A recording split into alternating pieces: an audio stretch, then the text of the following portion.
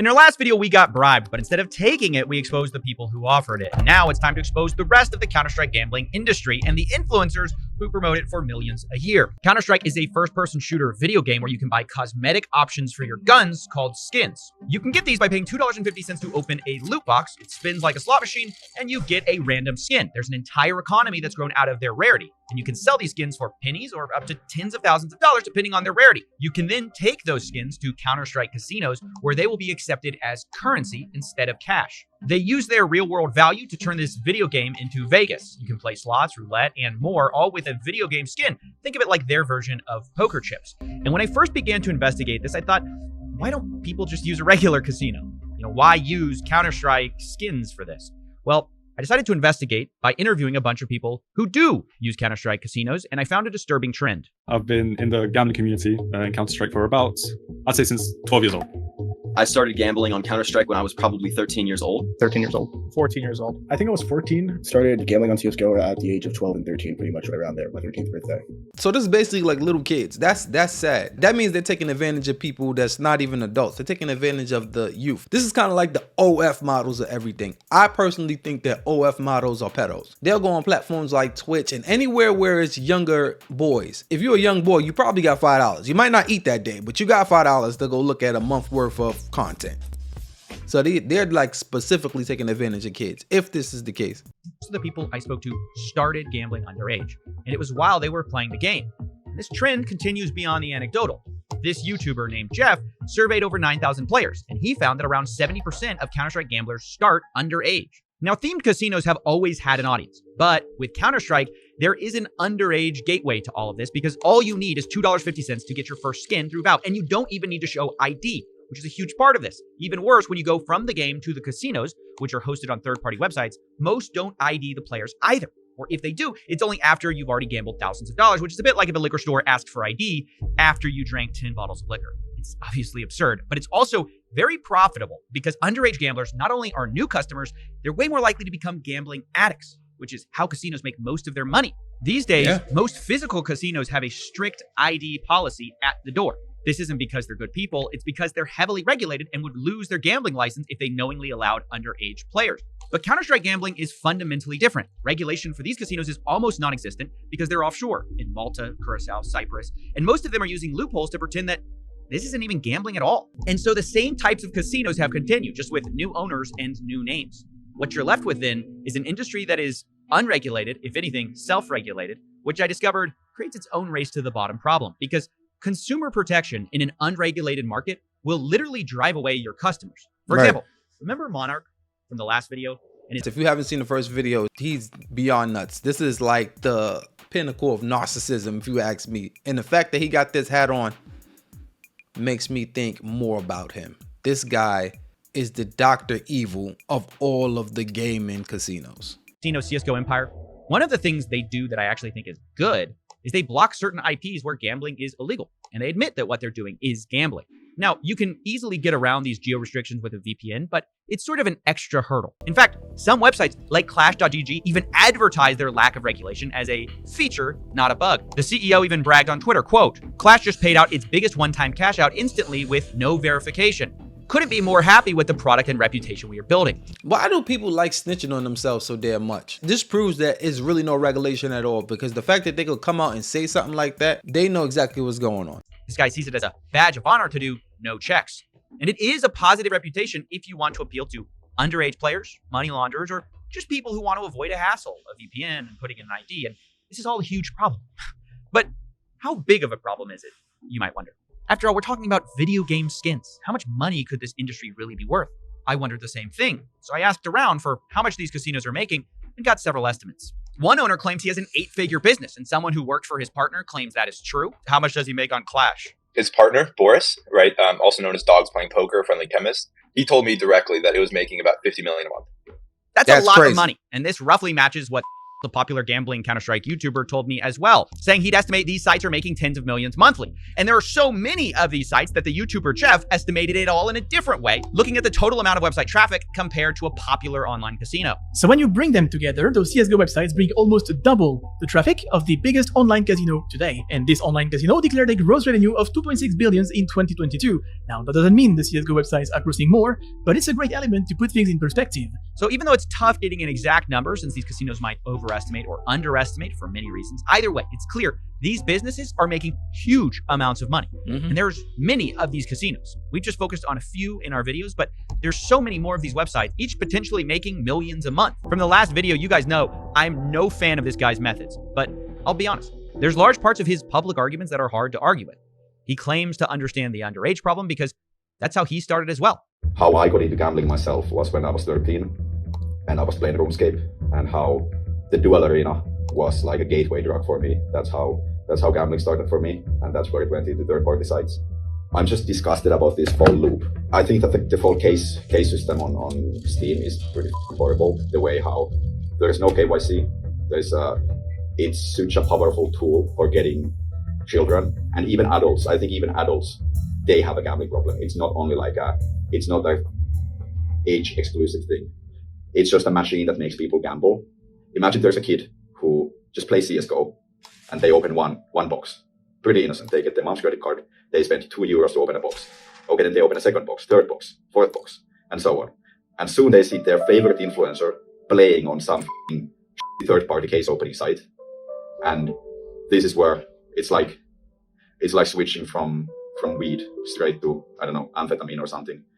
And they just go deeper and deeper into this rabbit hole until they are addicted. And the next thing you know, when they want to stop gambling, it's easy to close these websites. But what happens when you go on social media? You go on YouTube, Instagram, Twitch, TikTok, any platform. What do you get? You get gambling ads everywhere. The algorithm starts feeding you. It's like, imagine you are addicted to heroin, and then everywhere you go, you just see like heroin. Here, look, your hero is taking heroin. See, now I'm in this love-hate relationship with all these videos now. In the first video, the guy, Monarch, the one you just seen, this guy was like the devil on top of the devil, and he does the most wickedest things to these other opposing casinos, although he owns a casino. So it made it seem like he was the bad guy. But now it seems like this guy's actually the Superman or the Batman of the casinos. He's actually doing it the right way, I would assume, and he's trying to take down the people that's doing it the bad way, that's not regulating, that's stealing from younger customers, at least on that one. I'm getting whiplash. We have to separate these two things out. Yes, this guy's methods are terrible, but I'll admit, it's nice to see a casino owner talking honestly about their industry and admitting that what it is gambling and not some kind of sweepstakes. But even if Monarch says he wants to change, without the actual power of a regulator, he just ends up having to harass people, threaten people, which isn't going to get him anywhere. Not only that, he's no saint either. His own website doesn't ID people right away. See what I'm saying? Yeah, I got whiplash for sure. This is the back and forth. I don't understand who to trust and who not to trust. According to CSGO's Empire's terms, they only require you to verify your age if you want to withdraw more than 2,000 coins in crypto or deposit substantial amounts of money. If you withdraw via skins, there is no limit. So even the guy who claims he started underage gambling, he understands the gateway drug that skin betting websites act as, even he refuses to fully ID customers because he knows he'd go out of business. I'm really committed to, I want to make it stricter and stricter. Like, you can't jump to the deep end just like immediately on one day. That would make us go out of business. But really my end goal is I want to do full-blown KYC before anybody deposits. I want to make it as clean as possible. This, more than anything, shows the limit to the let's self-regulate idea, right? Even the biggest critic of underage gambling can't bring himself to actually ID his customers up front because his competitors won't do it, and he says it would ruin his business. So he does exactly what the people he harassing does. And that makes sense. What a hypocrite. So I wanted to confront 3 different influencers who do this gambling streaming stuff of different sizes and get their opinions on why they promote this stuff and how they can possibly justify it. I don't think people should gamble, honestly, on the sites. I shouldn't gamble at all. But I enjoy doing it, so it's what I do. If that makes any sense, I don't know. No. That part of it makes sense. That the part where you want to do it, so you continue to do it, that makes sense. But let's say I'm like, I don't think smoking is good for you, but I like smoking. It makes sense that I would smoke. It doesn't make sense that I would go promote it to Yeah, get people no, to smoke. yeah, I definitely understand that perspective too.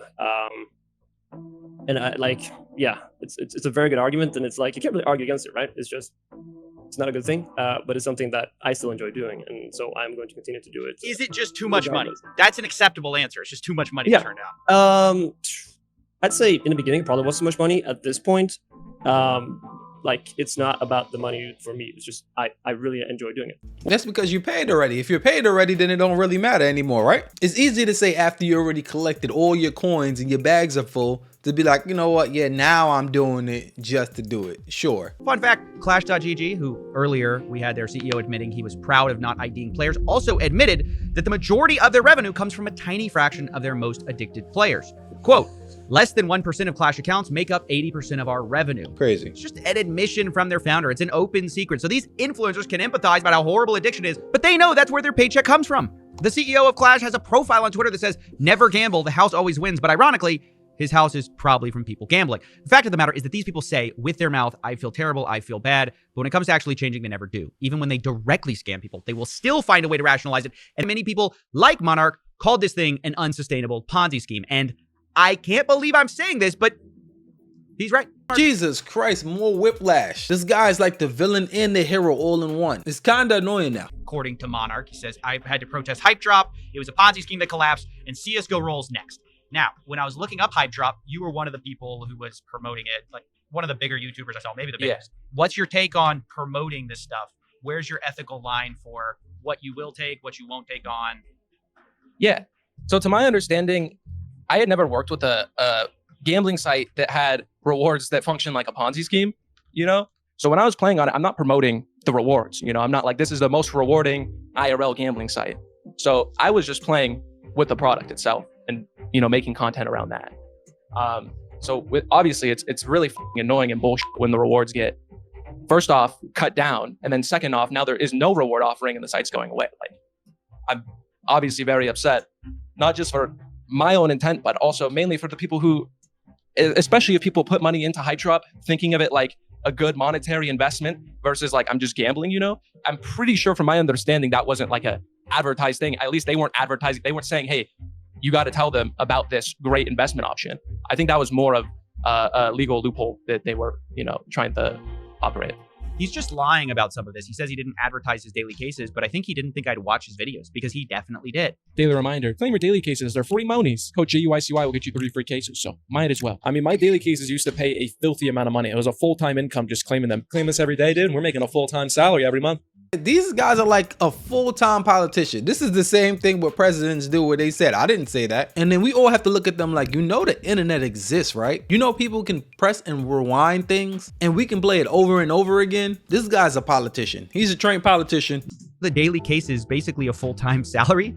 But I thought surely after seeing that Hype Drop scammed people, he would cancel his sponsorship with the same company, like it's the sister casino CSGO Roll, right? He has to stop that now that he's scammed his audience. He did cancel it, right? So let me ask you, does that mean you're no longer going to work with CSGO Roll since they're run by the same people? Well, I've already promoted the site and I already have fans who use the site, and I don't think the reward offering there is going to change. But yeah, I mean, so no, it's unfortunate. But I think you can see. I think you can see the logic of no one thought Hype Drop was going to rug people from these cases, these daily rewards. And if you are regretful, wouldn't that turn into some kind of action on your part to like change who you're working with? Yeah, I understand that completely, but I feel like Counter-Strike sites aren't there to stay forever in the first place. I don't think anyone's expecting them to stay forever, and there really isn't many great options. So yeah, maybe it's up of me that I continue to do so. Yeah, absolutely. But it really is one of the better options on the market right now, and there's a ton of dog shit on the market. So yeah. That's like saying whatever they're selling will delete you in 3 days and whatever I'm selling will delete you in 5 days. So either way you're deleted. It's just that mine's to give you an extra 2 days. So it's the best thing on the market. You should just come over here because that makes sense. In fact, even Grim told me this, who we spoke to earlier about getting harassed. Luckily for me though, his tax records are public. So I knew that he was actually making a few $1 million a year and had a few million reasons to lie about why he was doing what he did. So I decided to ask him if maybe the money did play a role. Somebody reached out to me. They said, hey, I found Grim's business. He made $5 million last year. Is that true? And does that undermine what you said about it's not about the money?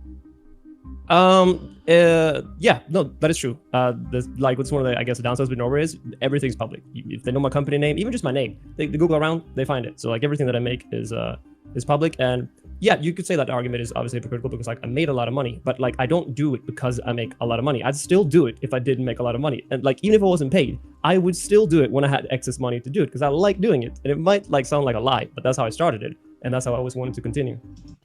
I could kind of see the truth in that because, yeah, he's doing it because he's making money on it, but there's a lot of people that do similar things to whatever he's doing. They just don't have no promotion behind it. People that's just playing and doing the same exact thing he's doing, they're just not promoting it because they don't have a promotion link. But if they do it every day and they like it and they getting a dopamine hit out of it, I'm sure they'll promote it as well. But you're not promoting it with the intent to hurt people. You're just promoting it because this is what you like to do. And you just happen to get paid from it, although it might not be good. And this creates the same problem that it created with the influencers. If a sponsor is offering you buckets of money, it becomes really hard not to take because if you don't take it, your competitor will. In fact, one esports owner argued the entire ecosystem in Counter-Strike, especially in the lower leagues, is basically funded by the gambling industry and gambling addicts.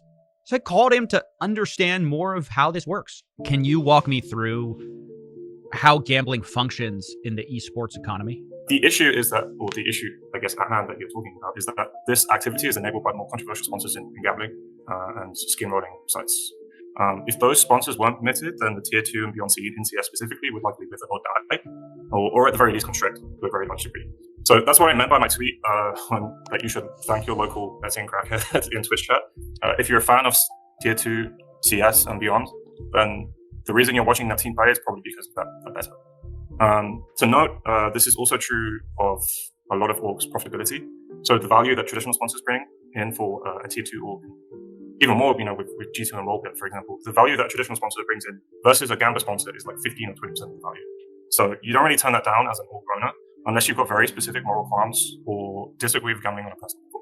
But does this inflate the economy where if you're not taking a gambling sponsorship, you're almost at a disadvantage because your economics and what you're able to play players and attract talent is much less than somebody who, for example, has a gambling deal and is making way more money than you? Yeah, to a degree, that's true, I think. Very, very few organizations are able to do it without Gamba. Largely, if you don't have Gamba, you're almost certainly going to be unprofitable. You heard it there. You almost can't compete at the highest level without a gambling sponsor because they pay so much more than everyone else. And if everyone else is doing it, they will have more money to spend on a team than you and get better players and therefore likely beat you. There's just no more profitable sponsor to turn to.